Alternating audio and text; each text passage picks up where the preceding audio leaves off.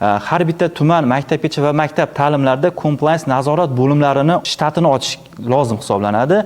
Viloyat maktabgacha va maktab ta'lim boshqarmasida adashmasam 2 yoki 3 ta xodim bo'lsa, viloyatda 1000 ga yaqin maktab bor. Bu 1000 ga yaqin maktabda bu 2-3 ta xodim o'zi nazorat qila olmaydi. Xo'p, fikr bildirishlaringiz mumkin. Yo'q, tumanlarda bor. Compliance nazorat xodimlari bor. U qanaqa xodim?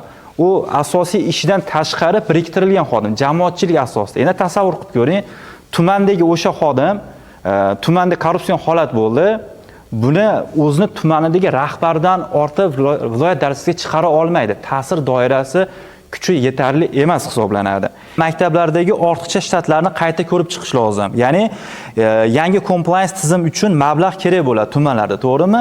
Maktablarda keraksiz shtatlar yoki bo'lmasa funksional vazifasi yetarli bo'lmagan shtatlarni qisqartirish evaziga tumanlarda bittadan xodim bo'lmasa compliance nazorat xodimi uchun shtatlarda optimallashtirishni men taklif qilaman.